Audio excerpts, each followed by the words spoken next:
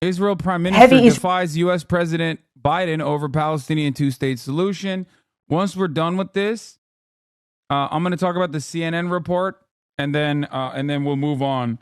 The other thing I want to talk about is actually the Daily. The Daily actually did a video specifically on the ICJ, which I thought was kind of interesting. Israeli airstrikes and street battles with Hamas have been continuing in Gaza, where Palestinian health officials say the number of dead has passed 25,000. It comes as Israel's Prime Minister Benjamin Netanyahu has again rejected the idea of creating a Palestinian state, despite a phone call with US President Biden, who said he believed that might still be possible. Mr. Netanyahu also rejected Hamas's demands for Israeli forces to withdraw from Gaza in return for the release of the Israeli hostages. With the latest from Jerusalem, here's Mark Lowen. Lives on a list that grows by the day. An overnight airstrike adding them to a new milestone. More than 25,000 killed in Gaza since Israel's offensive began, says Hamas. Numbers out of date by the hour. Israel's focus is now southern Gaza, pounded from the air, backed by naval strikes. But there have been clashes in the north too. Israel's army, vastly superior to Hamas, is still facing significant resistance across the territory. The Israeli Defense Forces released pictures of a new tunnel they say they found, booby-trapped and more than 800 meters long. And they say it's likely to have held Israeli hostages. I want to point to something that has been said already, but the New York Times wrote a disgusting article talking about like how the death toll is actually diminished in Gaza. Does this spell that Israel is no longer attacking Gaza as hard? And the reality is, no, Israel has destroyed all hospital staff. Pretty much, like there's, I believe only 15 hospitals in the Gaza Strip are like barely operational at this point. And by that, I mean like they're working with nothing pretty much. Okay. And because of that, obviously the death counts are not going to be as accurate. Okay.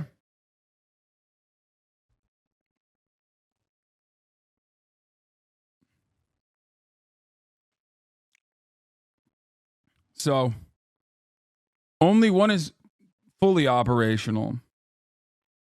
In the tunnel, we found 5 cells. Yeah, here.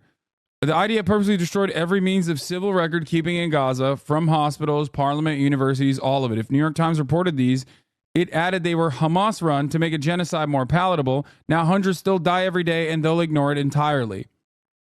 Like, I cannot believe that the New York Times wrote on their newsletter this morning, the decline of deaths in Gaza, the daily death toll in Gaza has fallen in half over the past month, reflecting a change in the war strategy.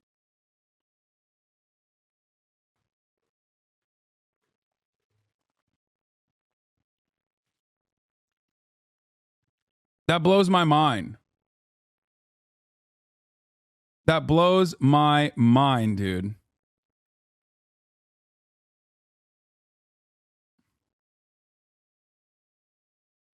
Is it the CNN report on IDF desecrating Palestinian grave cemeteries and exhuming bodies to run them over with bulldozers and absurdly claiming it's to look for remaining hostages? Yeah, we're going to cover that in a second after I'm done with this part. James O'Brien this morning on the radio trying to argue that it is not a genocide. State propaganda is full force the past 3 months. It's insane. I will say this much. I found it strange that even the New York Times Daily actually covered the ICJ at all. The Daily this morning had a full-blown coverage of the ICJ. They spent 9 minutes on the South African side. Okay. 9 whole minutes. I looked at it. And then the rest of it was basically just like Israel's defense. And Israel's defense is so insane. As we've covered already, Israel's defense is so insane that it like does a disservice no matter which way you cut it. Because Israel's defense basically is the Holocaust happened to us, and that's why we are understandably afraid of it happening again. And that's why we think October 7 was an attempt at the Holocaust. And that's why we can do, really violent things and say genocidal things. But the genocidal things personally that we are doing is just a heated gamer moment. And that's why we've said genocidal things. But we also have the right and responsibility to do genocidal things. And then, they covered it for like the next 20 minutes. But I do think that it's still so insane that no matter how you massage that, I feel like hopefully I see the humanity in liberals that will look at that and go, nah, dude, that's crazy. The proportionality response, there is no way that the proportionality response is appropriate. Okay? But yeah, we've reached the upper limit of how many dead. Officially, J Street, which originally started the threats to blackball progressives who call for a ceasefire in October, J Street is now effectively calling for one finally after 25,000 plus deaths and 10,000 more maimed. What was accomplished even by their own perverse logic? Nothing. The end game was always pointless mass death. That's it. After those stats you saw, you still have hope in liberals. I have to have hope in the humanity of people. Doesn't matter what their ideological background is. You want to know why? Because if I don't have hope in people, then there's nothing. Like, I shouldn't do this at all. I should just be playing fucking Pal World right now. Who gives a shit? You must not cave to nihilistic temptation. Okay? If you feel powerless in the face of so much chaos and so many atrocities that you see, then you will give up. And it feels maybe good to give up. It's like you're drowning, and in that last gasp you decide it's too late for me. I can't save myself. I might as well, close my eyes and let it happen and die. Okay? Sweet release of death. Except you died. Okay? You have to keep fighting. That's it.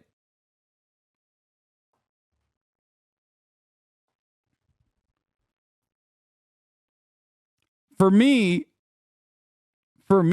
I'll be honest, what keeps me going is how much spite I have and how stubborn and how prideful I am, I guess. How proud I am. I'm just not going to capitulate because I'm getting a sea of reaction from liberals who used to be allies of mine, who presented themselves as ideologically aligned to what I believe in.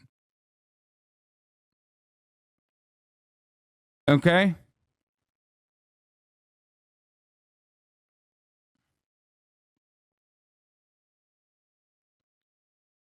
We can't give up.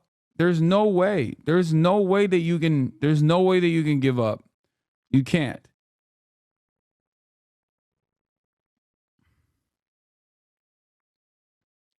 Does not feel good to think of even giving up. I'd be lying if I said I do not have weak moments, but I pull myself out every time. Yeah, we cannot let go of our support for humanity and the Palestinian people in general.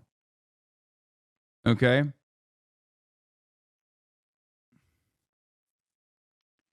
There's a reason why so many who are vociferously defending bombing Yemen as a means to continue the ongoing genocide in Gaza.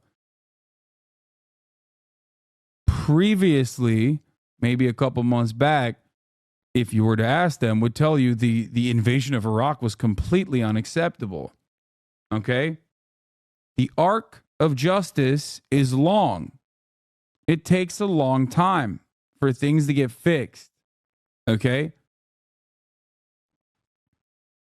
but you can never give up.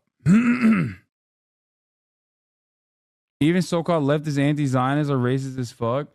No, there's a lot of conditional help that people offer.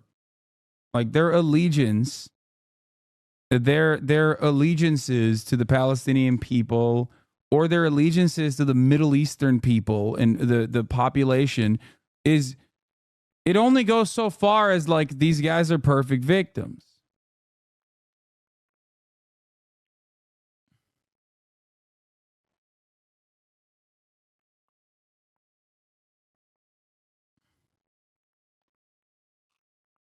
Did you watch the heated Israel TYT video yet or not? No. What are you talking about? Those same people are pro Iraq war now as well. Is it really justice or just what they do for show?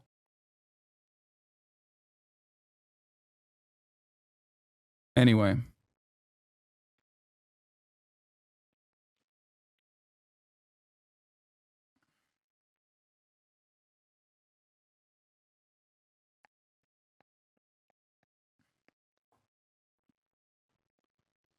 I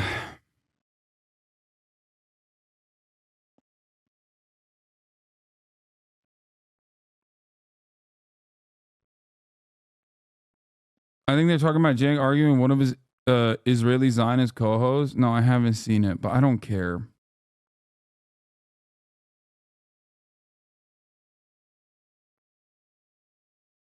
I do find the resurgence of interventionism in political discourse interesting. It's almost as simple as the fact that that is being done by liberals. That's it. I mean, liberals always have a slant towards interventionism. They recognize that they benefit from it, but also it's just chauvinism. It's pure Western chauvinism. We are mistaken if we believe that liberals actually carry the goals and the values that they espouse. They do not. They are not honest brokers. Okay? They are not truthful when they say they are progressives, especially if they routinely stand to be a bottleneck for progress. Okay? They're just optically progressive. They only care when, they only care about it if it's like a Republican doing it. My dad has told me point blank he doesn't want to talk about Palestine anymore because he thinks I get too emotional over it. I'm not even getting that emotional, just trying to explain things he's factually wrong or ignorant about. How can I keep having these important conversations when they just get shut down instantly like that? I mean, there's not really much you can do at that point, There's really...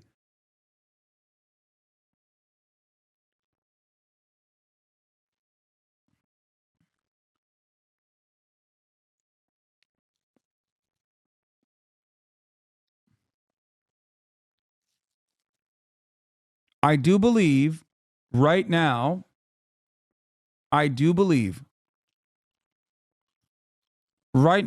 if Trump was president and the very same policies were continuing in Gaza, Israel's approval rating overall would be absolutely eviscerated.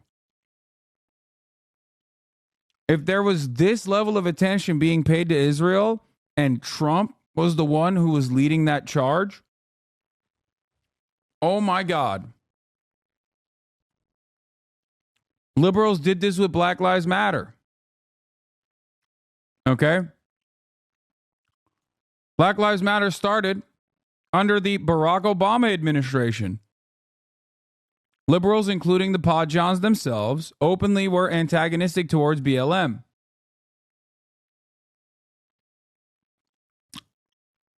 Once Donald Trump started positioning himself against Black Lives Matter and Colin Kaepernick, that's when a lot of liberals turned around and were like, maybe actually not so bad. Okay?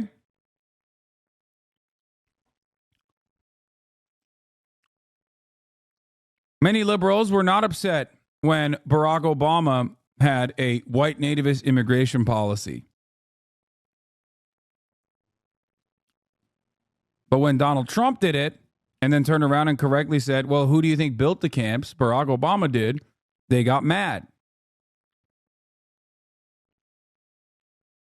Because It's never about the actual issues. It's about who's the one advocating for them. It's team sports.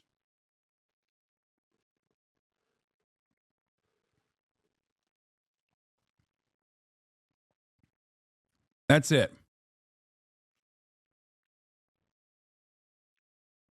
As long as you marginally improve